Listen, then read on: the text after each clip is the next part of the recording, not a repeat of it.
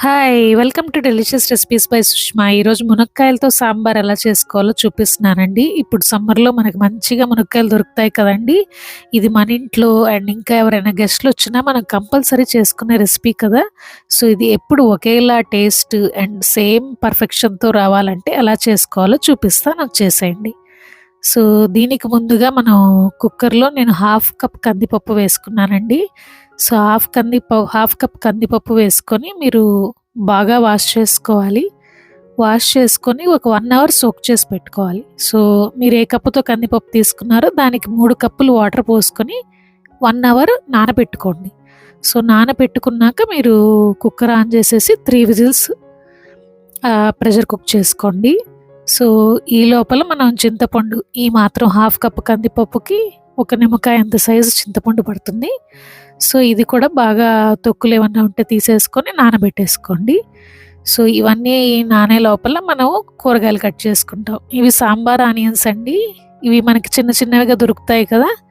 And ఇవి carrots, దోసకాయి and మునక్కాయలు and tomato. మీరు ఇలా పొడవుగా సన్నగా కట్ చేసుకుంటే మీకు కుక్ అయినప్పుడు నలిగిపోకుండా బావుంటాయి. అండ్ పచ్చిమిరపకాయలు. సో, ఇంకా మీకు కావాలంటే ముల్లంగి ఇలా ఏ కూరగాయలైనా వేసుకోవచ్చండి. అండ్ ప్యాన్‌లో మీరు కొద్దిగా ఆవాలు, జీలకర్ర అండ్ ఒక ఎండుమిర్చి అండ్ కొంచెం కరివేపాకు వేసుకొని బాగా వేపేసుకోండి. సో, ఇవి వేగాక ఇంక మనం కట్ చేసుకున్న కూరగాయలన్నీ. సాంబార్ ఆనియన్స్ కొంచెం బిగ్గవండి. అందుకే నేను హాఫ్ కట్ చేసుకున్నాను. మీకు చిన్న చిన్నవి దొరికితే డైరెక్ట్ అలాగే వేసేసుకోవచ్చు. ఇవి చాలా రుచిగా ఉంటాయండి. నార్మల్‌గా ఆనియన్స్ కన్నా మీరు సాంబార్ ఆనియన్స్ కొని వేసుకుంటే చాలా టేస్ట్ డిఫరెన్స్ ఉంటది. సో, ఇంక మనం కట్ చేసుకున్న క్యారెట్స్ ఇవి మరీ లావుగా కట్ చేయొద్దండి. ఉడకవు. సో, కొంచెం పలచగా కట్ చేసుకోండి. అండ్ కొంచెం మునక్కాయలు, మీకు కావాలంటే ముల్లంగి ఇవి కూడా ఏసుకోవచ్చు. వంకాయలు అండ్ ఇవి దోసకాయ. సో, దోసకాయ మీరు కట్ చేసినప్పుడు చేదుందో లేదో చూసుకోండి. అండ్ ఇత్తనాలు, తొక్కు అన్నీ సెపరేట్ చేసేసి దోసకాయ ముక్కల్ని ఇలా కట్ చేసి వేసేసుకోండి. సో, ఇవి నూనెలో ఒకసారి బాగా వేపుకోండి. మీకు ముక్కలు బాగా ఉడుకుతాయన్నమాట ఆయిల్‌లో ఒకసారి వేపుకుంటే. సో, తగినంత ఉప్పేసుకుంటే మీకు ఈ కూరగాయల నుంచి ఆ ఉప్పుకి నేమో బయటకొచ్చి మీకు త్వరగా ఉడుకుతాయి. సో, ఇవి ఇలా ఉడుకుతున్న టైంలో మీరు పచ్చిమిరపకాయలు కట్ చేసుకున్నవి మీ కారానికి తగ్గట్టుగా పచ్చిమిరపకాయలేసుకోండి.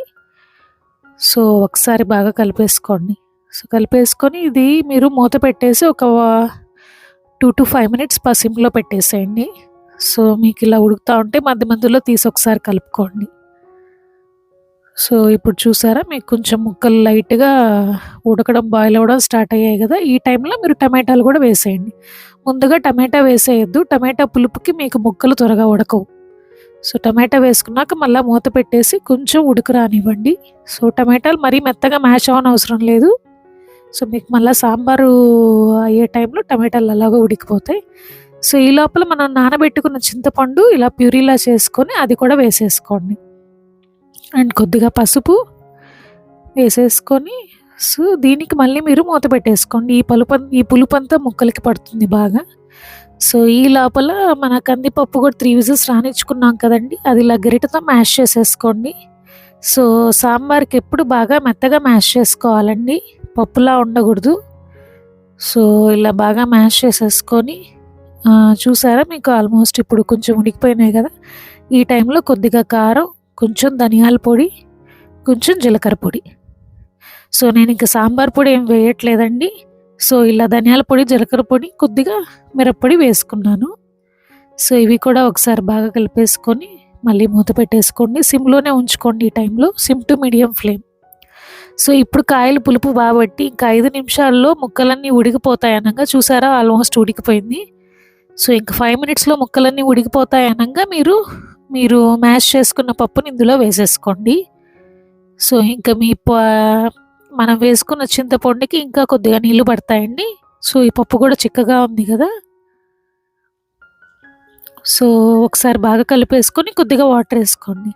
ఎప్పుడైనా కూర మధ్యలో వాటర్ ఏసేటప్పుడు మీరు కొంచెం హాట్ వాటరే ఏసుకోండి. టేస్ట్ బావుంటది. మళ్ళీ చన్నీళ్ళు పోయకుండా కొద్దిగా హాట్ వాటర్ ఏసుకుంటే మీకు టేస్ట్ బావుంటది.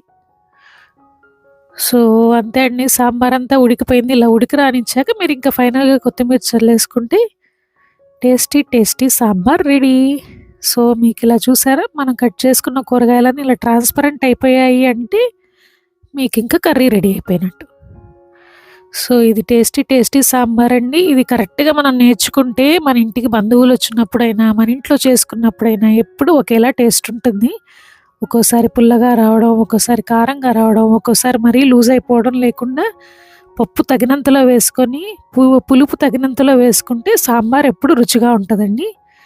ఈ సాంబార్ రెసిపీ మీకు నచ్చినట్టయితే లైక్ చేయండి, మీ ఫ్రెండ్స్కి రిలేటివ్స్కి షేర్ చేయండి, అండ్ తప్పకుండా సబ్స్క్రైబ్ అవ్వండి. అండ్ మీరు ఇంట్లో ట్రై చేసి ఎలా వచ్చిందో కమెంట్ చేయండి. బాయ్.